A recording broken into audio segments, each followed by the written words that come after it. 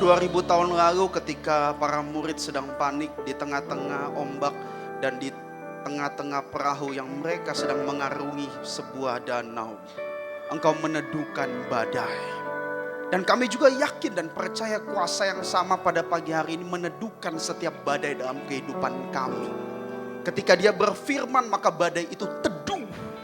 Maka hari ini mungkin kami datang Tuhan dengan berbagai macam gejolak, kegelisahan, kondisi hati dan pikiran kami.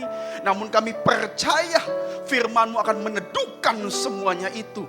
Sehingga kami menjadi orang-orang yang punya pengalaman rohani yang lebih intim bersama Tuhan. Kami menjadi kuat dan teguh. Kami mempersiapkan hati kami datang di hadapan Tuhan. Kudus, sucikan setiap kami. Segala kuasa yang mau mengganggu konsentrasi kami daripada pemberitaan firman, kami tolak di dalam nama Yesus. Kami percaya ketika firman-Mu diberitakan, maka pemulihan terjadi, kesembuhan terjadi. Yang sakit Engkau sembuhkan di dalam nama Yesus. Yang beban berat Engkau berikan kelegaan. Yang hari ini bertemu jalan buntu, Tuhan berikan hikmat dan pertolongan. Bahkan yang hari ini hatinya keras, penuh dengan kebencian, dendam, kepahitan, bahkan belenggu dosa, kami percaya akan dibebaskan. Mengucap syukur Tuhan, izinkan hamba-Mu menyampaikan isi hati-Mu. Hamba-Mu dan umat-Mu, kami semakin gak ada, kami semakin kecil, nama Tuhan yang kami tinggikan dan muliakan. Bersabdalah saja Tuhan, kami siap mengambil tempat yang terbaik selama 30 menit ke depan. Di dalam nama Yesus, kami siap sambut kebenaran firman-Mu. Haleluya, sama-sama kita katakan amin. Shalom. Mari kita buka firman Tuhan. Yohanes 4 ayat yang ke-5 sampai 14. Yohanes 4 ayat yang ke-5 sampai 14. Saya minta tolong saudara, ketika saudara bisa membaca ayat ini sama-sama, bacalah ayat ini bukan sebagaimana ketika pendeta menyuruh engkau untuk membaca ayat tersebut. Namun bacalah ayat ini ayat per ayat sebagai bagian saat teduh saudara, supaya saudara bisa mendapat sesuatu ketika saudara pulang dari tempat ini. Karena firman itu bukan cuma logos, asalnya adalah logos. Namun logos harus menjadi rema, yaitu pesan pribadi bagi setiap kita. Dan ketika kita pulang kita dapat sesuatu, sehingga waktu yang kita punya tidak pernah dicuri oleh iblis. Oke? Hari ini saya kasih judul khotbah tentang sumber. Yohanes 4 ayat yang ke-5 sampai 14. Kita baca bersama-sama dengan pelan. Pastikan saudara mengerti, saudara tangkap karena ini tidak sulit. Oke, 1, 2, 3. Maka sampailah ia ke sebuah kota di Samaria yang bernama Sikar dekat tanah yang diberikan Yakub dahulu kepada anaknya Yusuf. Ayat 6. Di situ terdapat sumur Yakub. Yesus sangat letih oleh perjalanan. Karena itu ia duduk di pinggir sumur itu hari kira-kira pukul 12. Ayat yang ke-7. Maka datanglah seorang perempuan Samaria hendak menimba air. Kata Yesus kepadanya, berilah aku minum. Ayat 8. Sebab murid-muridnya telah pergi ke kota membeli makanan. Ayat 9. Maka kata perempuan Samaria itu kepadanya, masakan engkau seorang Yahudi minta minum kepadaku seorang Samaria? Sebab orang Yahudi tidak bergaul dengan orang Samaria. Ayat 10. Jawab Yesus kepadanya, dan siapakah dia yang berkata kepadamu, berilah aku minum? Niscaya engkau telah meminta kepadanya dan ia telah memberikan kepadamu air hidup. Ayat 11. Kata perempuan itu kepadanya, Tuhan, engkau tidak punya timba dan sumur ini amat dalam. Dari manakah engkau memperoleh air hidup itu? Adakah engkau lebih besar daripada bapa kami Yakub yang memberikan sumur ini kepada kami dan yang telah minum sendiri dari dalamnya, ia serta anak-anaknya dan ternaknya. Ayat 13, jawab Yesus kepadanya, Barang siapa minum air ini, ia akan haus lagi. Ayat 14 dengan iman yang terakhir, 1, 2, 3. Tetapi barang siapa minum air yang akan kuberikan kepadanya, ia tidak akan haus lagi untuk selama-lamanya. Sebaliknya, air yang akan kuberikan kepadanya akan menjadi mata air di dalam dirinya yang terus-menerus memancar sampai kepada hidup yang kekal. Kembali ke ayat yang kelima. Saudara tahu cerita ini berbicara tentang Yesus dan perempuan Samaria. Ayat ini mengambil satu latar belakang di kota yang bernama Samaria di daerah Sikar. Saya cerita sedikit latar belakang daripada Samaria. Dulu saudara, Israel itu tergabung menjadi satu. Ketika Salomo punya anak namanya Rehabeam, terpecahlah dua. Menjadi Israel Utara dan Israel Selatan. 10 suku pindah ke utara, 2 suku Benyamin dan Yehuda tetap di selatan. Setelah itu terjadi saudara, ternyata kota Samaria menjadi ibu kota. Namun Israel Selatan dan Israel Utara tidak pernah berbicara dengan baik. Tidak pernah bergabung, tidak pernah punya hubungan yang baik. Mereka punya salah satu metode penyembahan yang berbeda. Yang satu ke Gunung Sion, yang satu ke Gunung Gerisim, berbeda juga. Terus terjadi ketika penyerangan daripada Raja Asyur, dihancurkanlah Samaria, kota tersebut akhirnya menjadi kota cuma jadi seperti satu kecamatan distrik yang kecil.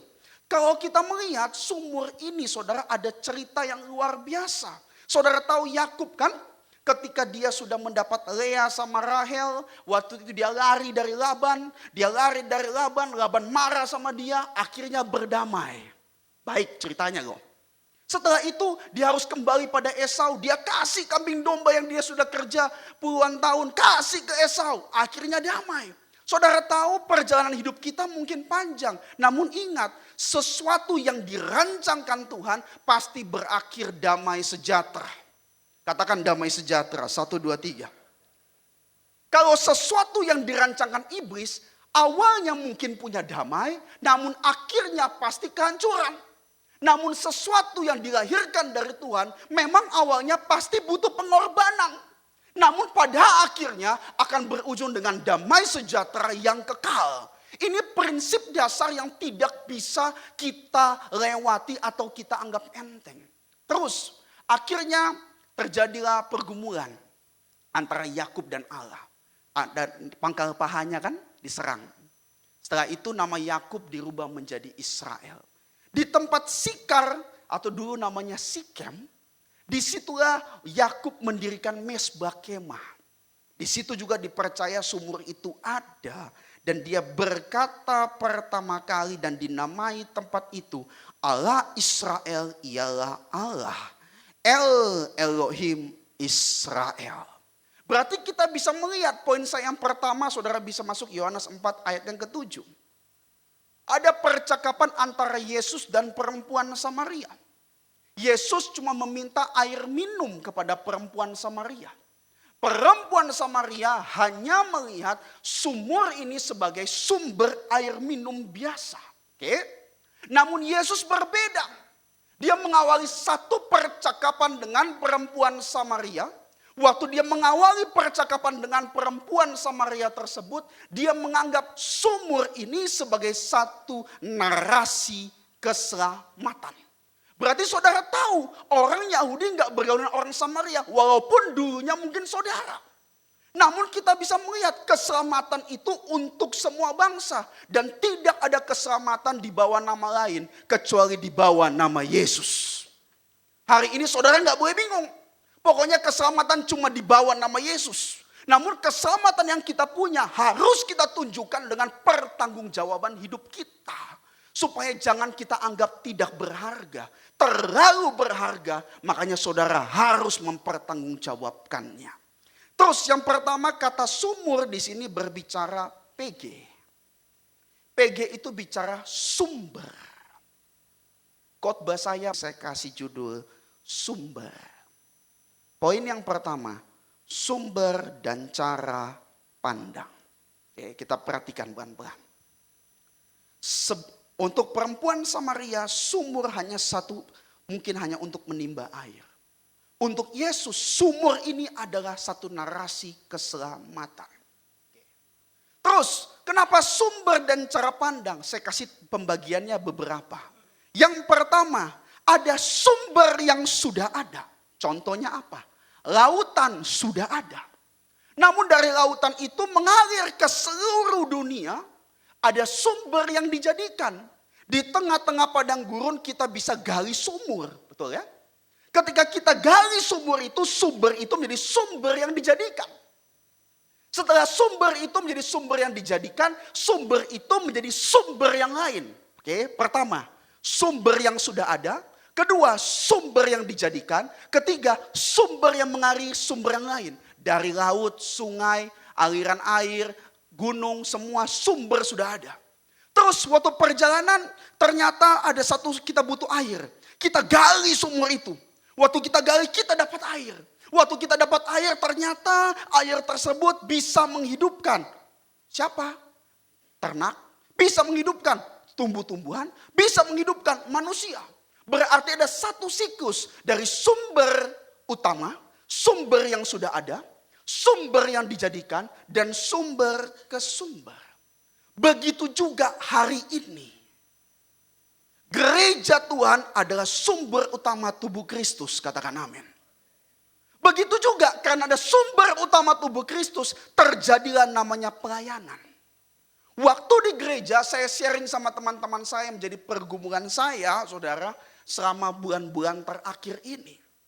Bahwa mimbar ini, tempat ini adalah tempat yang kudus. Loh, kenapa? Karena sumber utama adalah tubuh Kristus. Sumber itu kita menjadi sumber yang dijadikan yaitu pelayanan.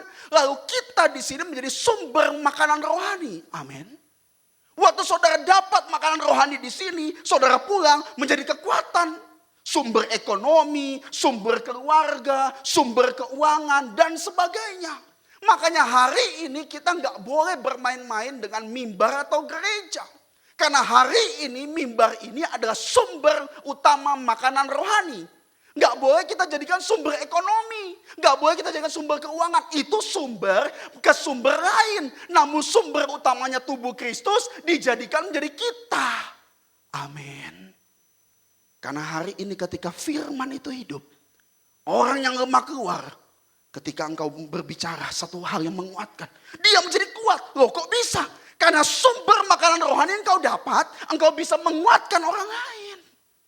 Coba kita lihat Kejadian 1 ayat 11.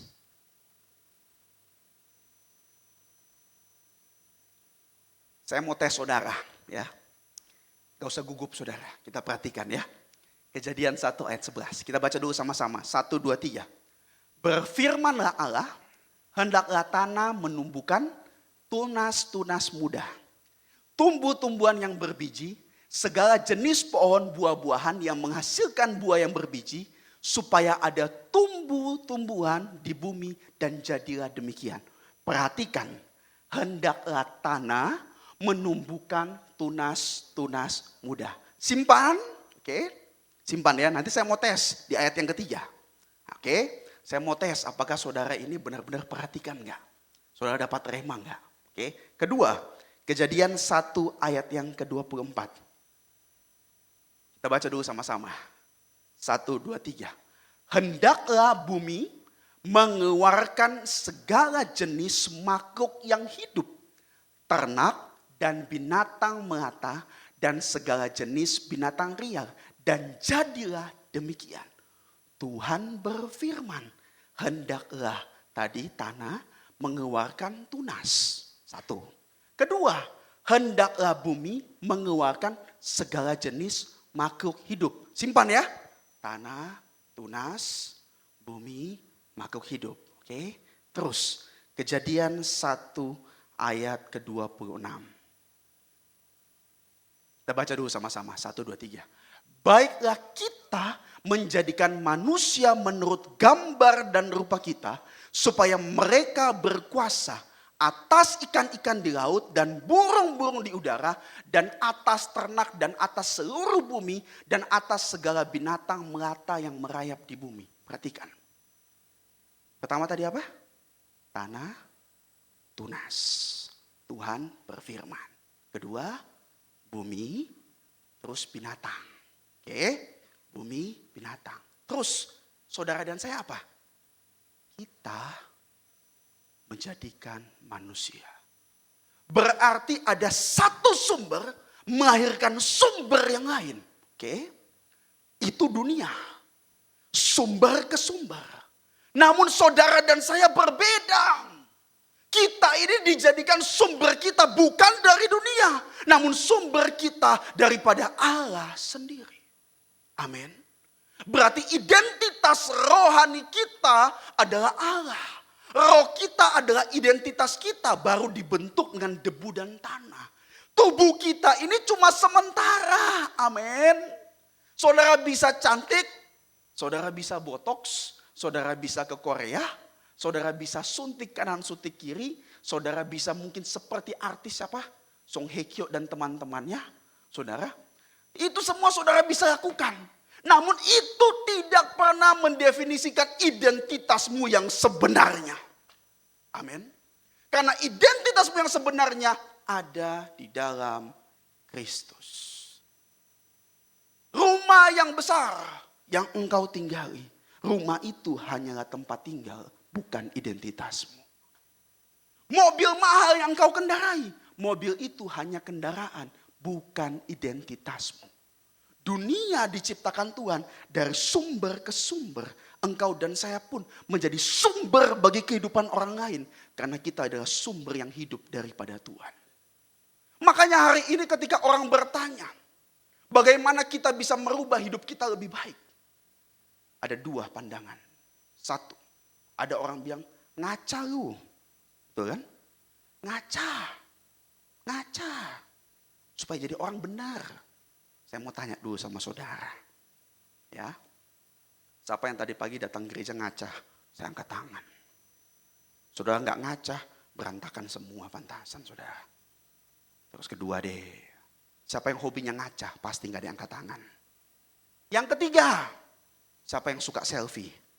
Loh, masih nggak ada angkat tangan ini saudara. Padahal selfie kan juga kaca. Saya kasih tahu saudara ya. Kalau kita mau memperbaiki diri kita, gak bisa kita lihat ke diri kita sendiri. Ada satu orang namanya Narsius. Dia ketika dia melihat di tengah-tengah sungai, ada refleksi dari cahaya menunjukkan gambar tubuhnya yang tampan. Dia setiap hari dia melihat kaca tersebut. Wah, betapa cemerlangnya, betapa ganteng ciptaan Tuhan. Ini metodologi Yunani. Namun karena dia terus mencintai dan mengasihani dirinya, disitulah dia jatuh ke dalam sungai dan mati. Hari ini jika engkau mau merubah dirimu, bukan berbicara engkau melihat kedalaman dirimu, namun engkau melihat Tuhan supaya engkau berubah serupa dengan Kristus. Orang kalau melihat dirinya, mengasihani dirinya, membandingkan dirinya, mempertimbangkan nasibnya, berkeluh kesah, tidak akan pernah maju. Namun orang yang melihat Kristus, dia tahu hidupnya harus sabar, makin sabar, kian sabar, sangat sabar. Di situ dia belajar, saya harus berubah baik. Makanya firman Tuhan luar biasa. Janganlah engkau serupa dengan dunia ini, tapi berubahlah oleh pembaruan budimu. Banyak orang hanya mau tetap seperti dunia, namun budinya pun dia tidak mau rubah. Hari ini yang Tuhan mau apa? Dunia bisa berubah, namun kita tidak boleh serupa dengan dunia. Budi kita terus dibaharui. Kenapa? Karena Tuhan mau kita ini menjadi orang Kristen yang dinamis. Dinamis artinya apa? Kita setiap hari bisa menjadi orang-orang rohani yang lebih baik, saudara. Contohnya apa? Saya mau kasih tahu, firman Tuhan berkatakan di Pengkhotbah 1 ayat 9. Ada yang sudah pernah ada, seterusnya bahwa di bawah kolong langit tidak ada sesuatu yang baru. Oke. Namun firman Tuhan juga berkata di kitab Ratapan, kasih setiap Tuhan selalu baru setiap pagi. Loh, artinya apa? Berarti pembaruan budi, pertobatan kita harus terus-menerus hari ini dibaharui. Amin. Kalau kita nggak pernah membaharui iman kita, karakter kita, kita akan serupa dengan dunia. Karena metode dunia, sistem dunia hanya begitu aja, nggak ada yang baru. Contohnya apa? Metode dunia, saudara diinjak, saudara teriak, betul kan? Saudara dimarah, saudara baras maki. Itu metode dunia, sudah nggak usah ditanya. Namun sorga berbicara beda. Balaslah kebaikan kepada orang yang berbuat jahat kepada kamu. Amin. Ini luar biasa, karena ini bicara di atas dunia. Waktu kita berbicara di atas dunia, disitulah kita tahu kasih setia Tuhan selalu baru setiap pagi. Saudara tahu, ada orang punya talenta. 10 talenta dia bisa kembangkan. Dari sumber 10 talenta, sumber yang diberikan Tuhan jadi 10 talenta lagi 20 talenta. Dari 5 talenta dia kembangkan menjadi 5 talenta lagi menjadi 10 talenta total. Karena sumber menghasilkan sumber. Namun berapa banyak kita hari ini seperti orang yang punya 1 talenta. Kita kubur itu dalam-dalam. Dan kita nggak mau menjadi sumber yang lain yang lebih luar biasa. Makanya Tuhan mau hari ini kita gali setiap potensi hidup kita. Gali kehidupan kita. Gali kesabaran kita. Gali karakter kita. Supaya sumber utama yang sudah ada Yesus. Kita sumber yang dijadikan menjadi sumber bagi kehidupan orang lain juga. Amin. Selanjutnya Yohanes 4 ayat 10 kita baca sekali lagi. Saya minta pemain keyboard. Yohanes 4 ayat 10 kita baca sama-sama. 1, 2, 3. Jawab Yesus kepadanya, jikalau engkau tahu tentang karunia Allah dan siapakah dia yang berkata kepadamu, berilah aku minum, niscaya engkau telah meminta kepadanya dan ia telah memberikan kepadamu air hidup. Karunia Allah dan siapakah dia yang berkata kepadamu? Ini bicara apa? Karunia Allah adalah pemberian. Semua pemberian yang datang daripada atas, semua yang baik datang daripada atas. Allah itu baik. Tidak ada yang baik selain Allah. Itu firman. Allah turut bekerja mendatangkan kebaikan. Itu firman. Bagi setiap orang yang mengasihi Dia. Kasih mula-mula adalah permulaan cinta kita. Namun kasih mula-mula tidak menjamin kita bisa menjadi sumber ke sumber orang lain. Namun perhatikan baik-baik. Dari kasih mula-mula yang Tuhan berikan kepada kita. Satu gairah, satu passion, satu cinta akan Tuhan. Di situ menjadikan kita sumber bagi kehidupan orang lain ketika kita belajar mengasihi Tuhan. Makanya firman Tuhan berkata, kasihlah Tuhan Allahmu dengan segenap hatimu, dengan segenap jiwamu, dan dengan segenap akal budimu. Berarti kasih mula-mula di awal, setelah itu kita belajar mengasihi Tuhan, baru kita bisa menangkap, kita bisa mengasihi orang lain, seperti kita mengasihi diri kita sendiri. Katakan amin. Berarti hari ini saudara kita bisa melihat, sumber yang ada bisa menjadi sumber orang lain, kepada orang lain, sumber yang ada bisa menjadi sumber yang baik kalau kita bisa mengasihi Tuhan. Amin. Karena waktu kita mengasihi Tuhan, itu adalah modal perjalanan untuk kita bisa menjadi sumber makanan rohani bagi orang lain. Yang kedua, sumber yang berfungsi dengan baik. Satu sumber jika dia tidak berfungsi dengan baik akan menjadikan masalah. Yakobus 3 ayat 11. Kita lihat ya. Kita baca sama-sama ya. 1, 2, 3. Adakah sumber memancarkan air tawar dan air pahit dari mata air yang sama? Adakah sumber yang memancarkan air tawar, air pahit dari mata air yang sama? Kalau ada berarti sumber ini gak berfungsi dengan baik. Saudara perhatikan, kalau saudara bekerja di bagian air, terus air itu keluar, namun air yang sama keluar juga warna hitam dan pasir, air itu baik nggak? Nggak baik, padahal airnya keluar, betul kan? Karena air yang sama memancarkan dua jenis hasil yang berbeda. Makanya Tuhan mau sumber kita itu menghasilkan satu jenis air yang baik. Sumber itu harus berfungsi menjadi air yang baik. Satu sumber, jika sumber kita nggak beres, akan menghasilkan apa? Sentimen, fobia. Fobia apa? Ketakutan yang berlebihan. Memandang segala sesuatu akan menghancurkan kita. Bukan alergi ya saudara ya, fobia. Kedua, sentimen. Bicaranya apa? Contoh orang sentimen apa? Saya kasih contoh. Contoh ya saudara, ini gak ada di base Jakarta. Cuma ada di base Manado. Kalau di Manado saya bilang dari Jakarta aja. Orang telepon saudara. Shalom. Lagi apa? Ya respon. Kenapa kamu tanya-tanya saya? Kamu kira saya ini pengangguran? Loh, padahal tanya lagi apa kabar? Ditelepon lagi. Shalom, sudah makan belum? Kenapa kamu telepon-telepon saya? Kamu kira saya tidak mampu beli makanan? Salah lagi. Satu kali telepon lagi.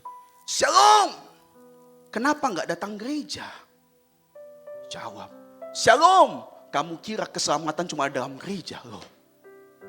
Kenapa jadi seperti itu? Kenapa mengalir air yang pahit? Karena sumber ini gak beres. Kalau sumber yang beres akan menghasilkan hasil air yang baik. Bereskan sumber ini supaya bisa berfungsi dengan baik. Sumber yang dijadikan, sumber utama sudah ada, sumber ke sumber orang lain. Namun ada pertanyaan. Pak, hidup saya nggak sempurna. Saya penuh dengan masalah. Berarti sumber non strategis. Betul kan? Pertanyaannya, dunia air yang penuh dengan minyak itu di daerah Pontianak. Kok bisa ada kolam renang yang bersih? Karena di treatment. Betul kan? Treatment pakai apa? Saya nggak tahu. Saudara cari tahu sendiri Google. Namun hasilnya bisa bagus. Berarti ada treatment. Dunia aja bisa di treatment. Masa engkau dan saya di dalam Tuhan, Yesus di dalam engkau tidak bisa berubah. Amin. Yesaya 35 ayat 7. Kita baca sama-sama ya. 1, 2, 3. Tanah pasir yang hangat akan menjadi kolam. Dan tanah kersang menjadi sumber-sumber air. Di tempat serigala berbaring akan tumbuh tebu dan pandan. Kalau engkau melihat, saya tanah pasir yang hangat. Saya tanah yang kersang. Tempat saya banyak binatang buas. Di dalam Yesus, firman mampu menjadikan apa yang tidak ada menjadi ada. Firman menjadikan satu sumber ke sumber yang lain. Namun engkau dan saya bukan dari sumber yang diciptakan Tuhan. Namun engkau dan saya bermuara dan bersumber dari Tuhan sendiri. Makanya orang Kristen yang kuat itu dibangun di atas batu, bukan pasir. Pasir apa? Saudara tahu ring balok, kayu penahan, itu di atas pasir, mungkin bisa berdiri di atas panas, ke dalam. Ketika badai datang, fragile. Kenapa orang Kristen fragile? Kenapa orang Kristen gampang tersinggung? Kenapa orang Kristen gampang berkeluh kesah? Karena kita lupa sumber kita yang utama adalah firman. Sumber itu yang menjadikan karakter kita. Namun orang yang mendengar firman dan melakukannya. Kalau sebuah tiang dipasang di blok batu, ditanam. Ketika badai datang, batu itu menahan. Rumah itu tetap ada. Hari ini, mengapa kita menjadi orang Kristen yang rapuh? Bukan salah Tuhan. Bukan salah gereja. Bukan salah keluarga. Bukan salah istri. Bukan salah suami. Bukan salah pendeta. Bukan salah anak. Karena pilihan untuk mendengar dan melakukan adalah pilihan pribadi kita. Supaya kita mau berfungsi dengan baik atau tidak. Yang terakhir, Yohanes 4 ayat yang ke-14. Tetapi barang siapa minum air yang akan kuberikan kepadanya, ia tidak akan haus untuk selama-lamanya. Sebaliknya, air yang akan kuberikan kepadanya akan menjadi mata air di dalam dirinya yang terus-menerus memancar sampai kepada hidup yang kekal. Terus-menerus tuh indah loh. Terus-menerus tuh artinya gak ada krisis. Situasi susah senang, saya tetap memancarkan mata air kehidupan. Ini luar biasa. Sampai kekal, bicara apa? Durasi. Orang ketika ekonomi, market bagus itu ada durasinya. Tidak pernah selalu bagus. Betul kan? Ketika dia turun, bisa-bisa kan ada krisis. Krisisnya terlalu banyak. Rumah tangga, politik, keluarga, ekonomi, keuangan, cuaca, pangan terlalu banyak. Namun janji Tuhan, kalau dalam hati kita ambil air hidup, kita akan memancarkan air hidup yang terus-menerus diproduksi sampai hidup yang kekal. Tidak ada kata lagi, kok saya rasa kering di gereja ya? Kok saya rasa kosong di gereja ya? Kembali pada firman yang menjadikan itu. Yesus adalah pusat sumber kehidupan yang terakhir. Makanya yang harus kita perkuat hari ini adalah roh kita. Ketika kita perkuat roh kita, gambar identitas Allah, firman itu akan semakin kuat. Keinginan jangan kita pelihara. Ketika suatu hari kita nggak pelihara, keinginan itu akan memakan kita. Whatever gets you stronger, ya, whatever you feed gets stronger, whatever gets stronger dominates. Sesuatu yang engkau beri makan terus-menerus akan menjadi kuat. Sesuatu yang menjadi kuat akan mendominasi hidupmu. Jika engkau beri makan keluh kesah, beri makan iri hati, beri makan kebencian, beri makan dendam, dia akan menjadi kuat dan dia akan mendominasi kehidupanmu. Namun hari ini, jika engkau beri makan kasih, damai sejahtera, sukacita, kerendahan hati, firman Allah, dia akan mendominasi kehidupanmu serupa dengan Kristus. Amin. Saya tutup dengan pandangan Yeremia 17 ayat 13. 1, 2, 3. Ya pengharapan Israel. Tuhan, semua orang yang meninggalkan Engkau akan menjadi malu. Orang-orang yang menyimpang daripadamu akan dilenyapkan di negeri. Sebab mereka telah meninggalkan sumber air yang hidup. Yakni Tuhan. Hari ini saya nggak tahu saudara dalam posisi apa. Namun satu hal yang saya mau katakan, tetap tinggal pada sumber yang benar. Supaya engkau menjadi sumber yang berfungsi. Orang lain menganggap engkau aneh. Orang lain menganggap engkau sungguh-sungguh itu murahan. Orang lain menganggap membuat engkau malu. Biarkan saja. Karena mereka yang akan menjadikan malu. Karena engkau tidak pernah meninggalkan Tuhan. Amin. 2 Korintus 13 ayat 5. Saya nunggu WL dan Singer untuk maju ke depan. Kita baca sama-sama. 1, 2, 3. Ujilah dirimu sendiri. Apakah kamu tetap tegak di dalam iman? Selidikilah dirimu. Apakah kamu tidak yakin akan dirimu bahwa Kristus Yesus ada di dalam diri kamu?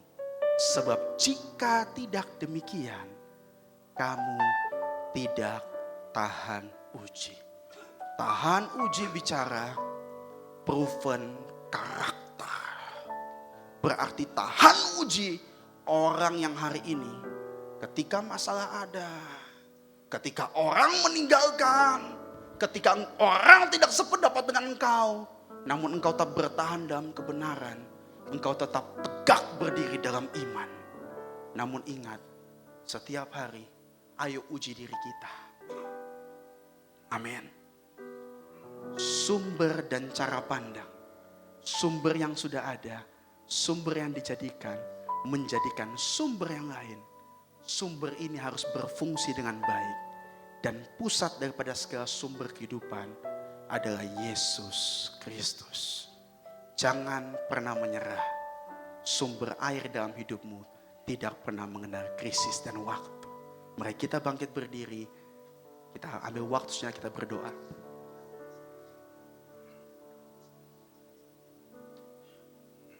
Mari tundukkan kepalamu di hadapan Tuhan. Kami tahu Engkaulah segalanya dalam kehidupan kami, Tuhan. Engkaulah sumber utama. Engkaulah sumber yang menjadikan sumber yang lain. Engkau yang sumber kehidupan kami, Tuhan. Yesus, Yesus. Amin. Di dalam hidup kerajaanmu, kebenaranmu, itu bagianku. Hanya Engkau yang kami pandang. Kaulah yang ku Yesus Tuhan. selama hidup. Kami mau mengasihi Tuhan yang mendatangkan kebaikan dalam hidup kami. Kasih-Mu memuliakan-Mu, Bapa dan Raja, Kaulah segalanya. Kaulah segalanya.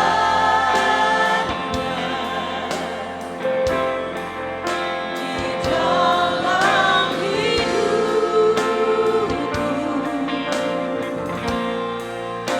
kerajaanmu, kebenaranmu, itu bagianku.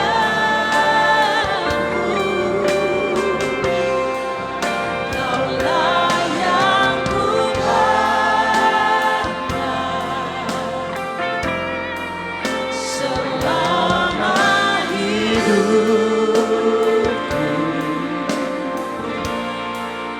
mengasihi-Mu, memuliakan-Mu, Bapa dan Rajaku.